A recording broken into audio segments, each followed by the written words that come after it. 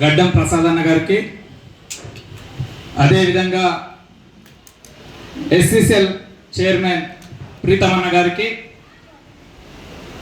సభ పెద్దలందరికీ, అదేవిధంగా తోటి మిత్రులందరికీ ధన్యవాదాలు. ఈ సభకు ఇచ్చేసిన అందరికీ స్వాగతం, సుస్వాగతం. మిత్రులారా, ఒక్కటి ఆలోచన చేసుకోండి. ఇంతకుముందు చాలామంది చెప్పారు అసలు దళితులకు కాంగ్రెస్ పార్టీ ఏం చేసింది. దళితుల కంటే ముఖ్యంగా ఈ దేశానికి కాంగ్రెస్ పార్టీ ఏం చేసిందో చెప్పాల్సిన బాధ్యత మన పైన ఉంది. ఈ దేశంలో భారతదేశానికి స్వాతంత్రం రాకన్నా పూర్వం 1985లో జాతీయ కాంగ్రెస్ ని ఏర్పాటు చేసినప్పుడు ప్రజాస్వామ్యం ఈ దేశంలో పరిడవిల్లాలంటే కులాలు మతాలు కాదు, ఈ దేశానికి కావాల్సింది జాతీయవాదం అనేది ముఖ్యమని, ఈ దేశంలో ఈ భారతదేశాన్ని జాతీయవాదం వైపు నడిపిస్తూ ఈ భారతదేశ నిర్మాణంలో ప్రజలందరినీ ఐక్యం చేసి 1924 జాతీయ కాంగ్రెస్ అధ్యక్షుడిగా మహాత్మా గాంధీ గారు నియమితులైనప్పుడు ఉప్పు సత్యాగ్రహం కానీ హరిజన విప్లవాన్ని తీసుకొని వచ్చి హరిజనులకు మద్దతుగా అంటరానితనానికి పేదరికానికి వ్యతిరేకంగా పోరాటం చేసినటువంటి గొప్ప నేత మహాత్మా గాంధీ. భారత జాతీయ కాంగ్రెస్ రచనా కమిటీ అధ్యక్షులుగా బిఆర్ అంబేద్కర్ ని నియమించడంలో మన మహాత్మా గాంధీ గారి పాత్ర ఎంతైనా ఉంది. మన హక్కుల కోసం భారత రాజ్యాంగాన్ని రచించడంలో ఈ దేశంలో బీసీ ఎస్సీ ఎస్టీలకు ప్రత్యేకమైన హక్కులను కల్పించడానికి జాతీయ కాంగ్రెస్ వారి సేవ అమూల్యమైనది. ఈ దేశానికి 1920లో కనుక మీరే పుట్టింటే ఈ దేశ స్వాతంత్రంలో మీరు పాల్గొనే వాళ్ళ? మిత్రులారా చెప్పాలి, మీరు తినలేరు, చాలా సమయం అయింది. ప్రసాదన్న 12 గంటలకు సమయం ఇచ్చి 4 గంటలకు వచ్చారు కాబట్టి ఆకలి మీ అందరికీ. 1920లో కనుక మీరు పుట్టి ఉండింటే ఈ దేశ స్వాతంత్రంలో మీరు పాల్గొనే వాళ్ళ? పాల్గొనకుంటే అంటే మీకు దేశం మీద ప్రేమ లేదా? ఎట్లా దేశం మీద ప్రేమ లేదా మీకు?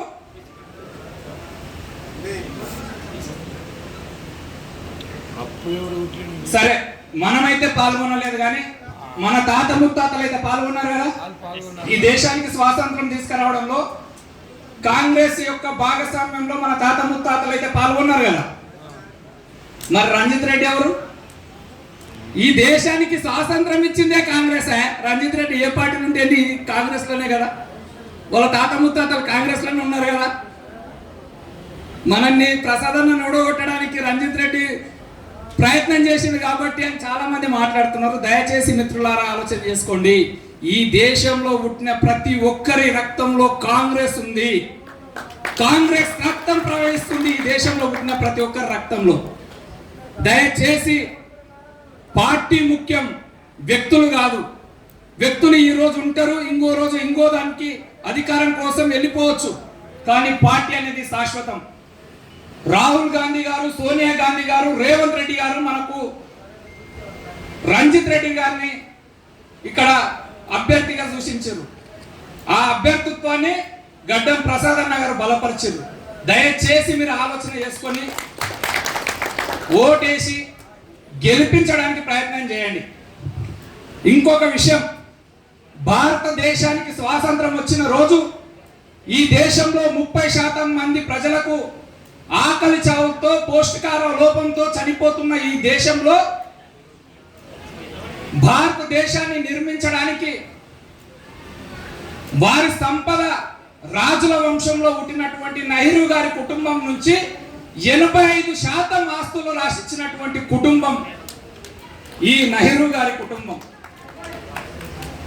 నిన్నగాక మొన్న నరేంద్ర మోదీ గారు మాట్లాడతారు, ఏం అర్హత ఉందని రాహుల్ గాంధీ గారు ఈ దేశానికి ప్రధానమంత్రి అవుతాడు అని. అరే నాకు అర్థం కాలేదు. ఈ దేశంలో ఒక రైల్వే స్టేషన్లో ఛాయ్ అమ్మిన నీవే ఈ దేశానికి ప్రధానమంత్రి అయితే, ఈ దేశ స్వాతంత్రంలో వాళ్ళ రక్తం ఉంది. ఈ దేశం కోసం ఇందిరాగాంధీ ప్రాణాలు అర్పించింది. ఈ దేశం కోసం, ఈ దేశ నిర్మాణంలో రాజీవ్ గాంధీ గారు ప్రాణాలు అర్పించారు. ఈ దేశ నిర్మాణాన్ని ప్రపంచంలోనే 3వ అతిపెద్ద ఆర్థిక వ్యవస్థ కలిగినటువంటి దేశంగా నిర్మించినటువంటి సోనియా గాంధీ, ఈ దేశానికి సేవ చేసినటువంటి కుమారుడు, సోనియా గాంధీ గారి కుమారుడు అయినటువంటి రాహుల్ గాంధీ గారికి ఆక్స్ఫర్డ్ యూనివర్సిటీలో చదువుకున్నటువంటి వాళ్లకు దొంగ డిగ్రీలైన మోడీయే ఈ దేశానికి ప్రధానమంత్రి అయితే, గొప్ప గొప్ప చదువులు చదివిన రాహుల్ గాంధీ గారికి అర్హత లేదని మాట్లాడతారు. ఒకటి అన్ని అయిపోయినాయి. మొదటి విడత ఎన్నికలు జరిగిన ఈ దేశంలో 102 స్థానాలకు ఎన్నికలు జరిగితే ఇంటెలిజెన్స్ వాళ్ళు, మీడియా, సెంట్రల్ మీడియా వాళ్ళు ఒక రిపోర్ట్ ఇచ్చారు మోడీ గారికి. 70కి పైగా స్థానాలు ఈ దేశంలో కాంగ్రెస్ పార్టీ గెలుస్తుంది అని రిపోర్ట్ ఇచ్చారు. భయం ఏర్పడ్డది. ఓటమి ఖరారు అనుకున్నాడు. కులాల మధ్యలో, మతాల మధ్యలో చిచ్చులు పెట్టడానికి ప్రయత్నం జరుగుతుంది. మేనిఫెస్టోలోనంట కాంగ్రెస్ పార్టీ అంట ఆర్థిక అసమానతల కోసం ఈ దేశంలో హిందువుల యొక్క ఆస్తులన్నీ తీసుకొని ముస్లింలకు కొడతారని ప్రచారం చేస్తుంది. మేనిఫెస్టో అంతా తిరిగేసి చూస్తే ఏడొక్క పదం లేదు. ఈ దేశంలో అన్ని కులాల మధ్యలో, అన్ని మతాల మధ్యలో ఆర్థిక అసమానతలు ఉన్నాయి. చాలా మంది దళితులలో కూడా ఆర్థికంగా అభివృద్ధి చెందిన వాళ్ళు ఉన్నారు. వాళ్ళ లెక్కలన్నీ కడతాం, ఈ దేశంలో పేదవాడికి సంపద వంచుతామని కాంగ్రెస్ పార్టీ నిర్ణయం తీసుకున్నది. ఏమన్నా తప్ప, మీకు ఏమన్నా తప్ప అనిపించిందా? ఇదంతా ఆర్థిక అసమానతలను తగ్గిస్తామన్నది కాంగ్రెస్ పార్టీ, కానీ ఉన్నోని గుంజుకొని పేదోనికి వంచుతామని ఎక్కడ చెప్పలేదు. మీరు ఇది స్పష్టంగా మీరు ప్రజల ముందుకు తీసుకుపోలే. అదేవిధంగా మీరు ఒక్కసారి ఆలోచన చేసుకోండి. ఈ దేశంలో పంచవర్ష ప్రణాళికలు తీసుకొని వచ్చి వ్యవసాయాన్ని దండగన్న ఈ దేశాన్ని ప్రపంచానికి అన్నం పెట్టిన దేశంగా కాంగ్రెస్ పార్టీ ఈ దేశాన్ని నిర్మించింది.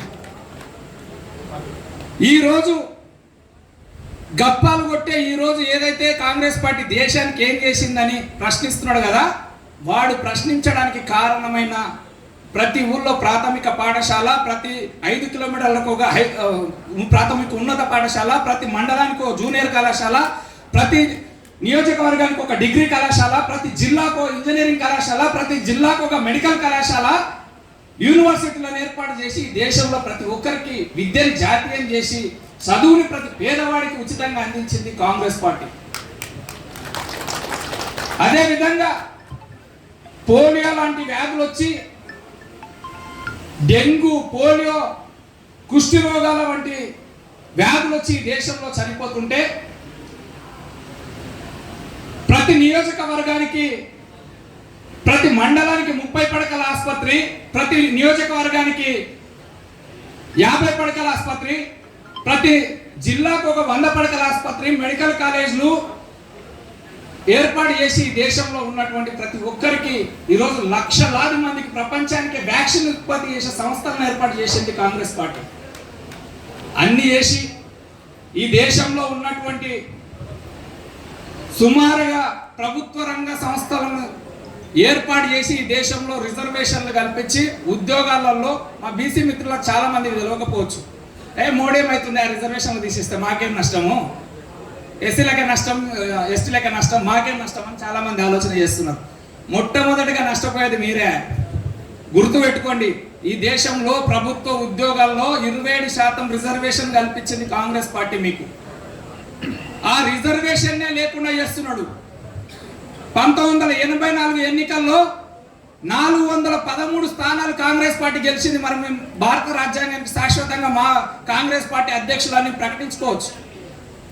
కాంగ్రెస్ పార్టీ ఎందుకు చేయలేదు? తల్లి ఇందిరాగాంధీ ఎందుకు చేయలేదు? నేనే ఈ దేశానికి సత్యనారాయణ రోజులు ప్రధానమంత్రి ఉండాలి, నా వారసులు ఈ దేశానికి ప్రెసిడెంట్గా ఉండాలంట అని చెప్పి ఎందుకు ప్రకటించుకోలేదు? ఈరోజు ఫిర్ ఎక్ బార్ 400 సీట్లు అంట. ఏం చేస్తావా? ఈ దేశానికి ఏం ఉద్ధరించినావు? ఈ దేశ ప్రజలను మొత్తం సర్వనాశనం చేసి ఈరోజు ప్రతి సంవత్సరం 2 కోట్ల ఉద్యోగాలు ఇస్తాన్నావు. దాని గురించి మాట్లాడంటే జై శ్రీరామ్ అంట.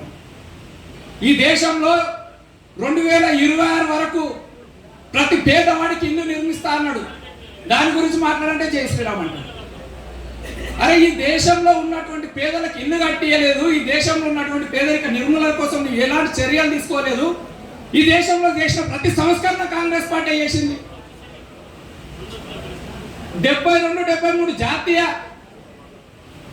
సవరణలు చేసి దేశంలో గ్రామ పంచాయతీలను అభివృద్ధి చేయడానికి గ్రామ పంచాయతీ వ్యవస్థను తీసుకొచ్చింది మేము. ఈజీఎస్ ఏర్పాటు చేసి ఈరోజు నేను ఈజీఎస్లో శ్మశాన వాటికలు కట్టినా, ఈజీఎస్లో రైతు వేదికలు కట్టినాను, ఏదో బుడుబుడుక మాటలు చెప్తున్నాను. అరే ఈజీఎస్ని ఏర్పాటు చేసింది కూడా మేమే. నువ్వేం చేయలేదు ఈ దేశానికి. అరే నువ్వేమో తప్పు చేస్తే ఆర్టీఐ తెచ్చి ఆర్టీఐని కూడా మేమే తీసుకొని వచ్చినాము. ఏం చేయలే, గప్పాలు ఒక్కడు చెప్పడం ముందరికెట్టిండు. దయచేసి ఆలోచన చేసుకోవాలి. ముఖ్యంగా దళిత మిత్రులారా, రాజ్యాంగ ఉనికికే ప్రమాదం ఉంది.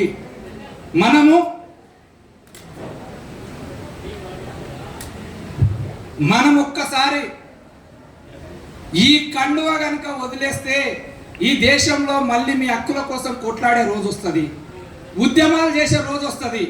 ఈ జెండానే మనకు శ్రీరామ రక్ష.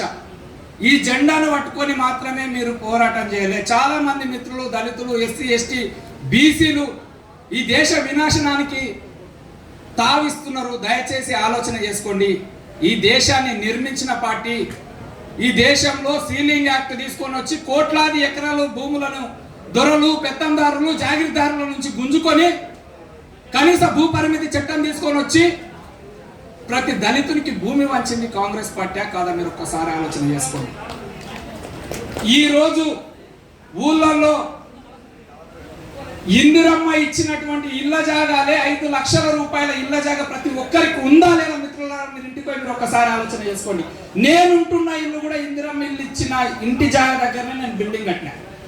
ఇందిరమ్మ ఇచ్చిన ఇంటి జాగా ప్రతి ఒక్కరికి 5 లక్షల రూపాయలు ప్రతి ఊళ్ళో ప్రతి ఒక్కరికి. బీసీ, ఎస్సీ, ఎస్టీ కాదు. ఎస్సీ ఎస్టీలకు ఇంకా ఇల్లు కట్టించింది కానీ బీసీలకు ఇళ్ల స్థలాలు మంచింది. ఈరోజు 5 లక్షల ఇళ్ల స్థలం ఉందంటే ఖచ్చితంగా కాంగ్రెస్ పార్టీ యొక్క పుణ్యమే. దయచేసి మిత్రులారా, మతం ముసుగులోనో ప్రాంతీయవాదమో కులమో ప్రామాణికంతో ఓటేస్తే ఈ దేశమే నాశనం కిందికి వెళ్ళిపోతుంది. గొప్పలు చెప్తాడు. ఏం చేసిరా ఈ దేశానికి? ఇండియా పాకిస్తాన్ యుద్ధం 2 సార్లు కాంగ్రెస్ పార్టీ చేసింది. బంగ్లాదేశ్ ఏర్పాటు చేసింది. ఇండియా హిమాలయాల సరిహద్దు విషయంలో చైనాతో యుద్ధం చేసింది. ఈయన ఏం చేస్తాడు? సర్జికల్ స్ట్రైక్స్ అంటారు. అరే సర్జికల్ స్ట్రైక్స్ చేసి ఎన్నికలప్పుడు సర్జికల్ స్ట్రైక్స్ అంటారు. లేదంటే ట్రిపుల్ తలాక్ రద్దు, హిజాబ్ని తొలగించడం, ఆర్టికల్ 370 ఎత్తేసి. అరే ఓన్ మతంలో మార్పుల గురించి నిన్నెవరు అడిగిండా? ఓన్ మతంలో మార్పుల గురించి వాళ్ళు ఉన్నారు, వాళ్ళ కులాల పెద్దలు ఉన్నారు, మత పెద్దలు ఉన్నారు. నిన్ను అడిగిన రోజు చూస్తూ ఓన్ మతంలో మార్పులు తీసుకొని వచ్చి దేశమంతా గొప్పగా చెప్పుకుంటాడు. హిందువులకు ఏం చేసినావు చెప్పు? హిందువులకు వైద్యాన్ని ఫ్రీ ఇచ్చినావా? హిందువుల పిల్లలకు ఎడ్యుకేషన్ ఫ్రీ ఇచ్చినావా? హిందువుల కోసం గ్యాస్ సిలిండర్ ఏమైనా ఫ్రీ ఇచ్చినావా? హిందువులకు ఏమైనా ఇంత భూమి వంచినావా నువ్వు? ఆ పాపన ఓడు కానీ ఓన్ మతం మీద మార్పులు చేసినట్ట నేను త్రిపుల్ తలాక్ తీసుకొచ్చిన, లేదంటే హిజాబ్ని ఇది చేసిన అంటాడు. అరే వాని మతంలో మార్పుల గురించి నీకెందుకు?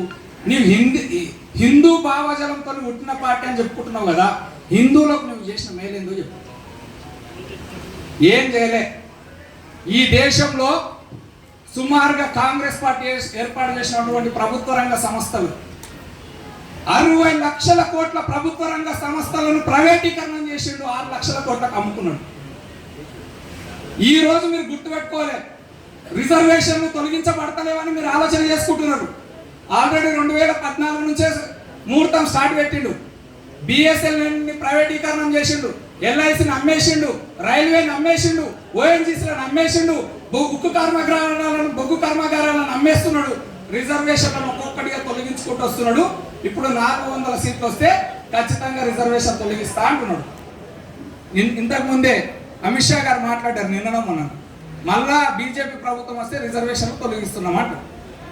దయచేసి ఈరోజు మిత్రులంతా ఆలోచన చేసుకొని దళితులంతా కాంగ్రెస్ పార్టీ వైపు, ఎస్సీ ఎస్టీ బీసీ మైనార్టీలంతా కాంగ్రెస్ పార్టీని కాపాడుకుంటేనే మనకు భవిష్యత్తు ఉంటుంది. రేపటి మీ తరాలను, మీ పిల్లల భవిష్యత్తును ఆలోచన చేసుకోండి.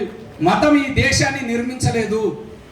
ఈ దేశం అభివృద్ధి చెందాలంటే, ప్రపంచంతో పోటీ పడాలంటే, ఎడ్ల బండి మీద తిరిగే ఈ దేశాన్ని అంతరిక్షానికి రాకెట్లు పంపే టాప్ 5 దేశాల్లో ఒకటిగా కాంగ్రెస్ పార్టీ నిర్మించింది.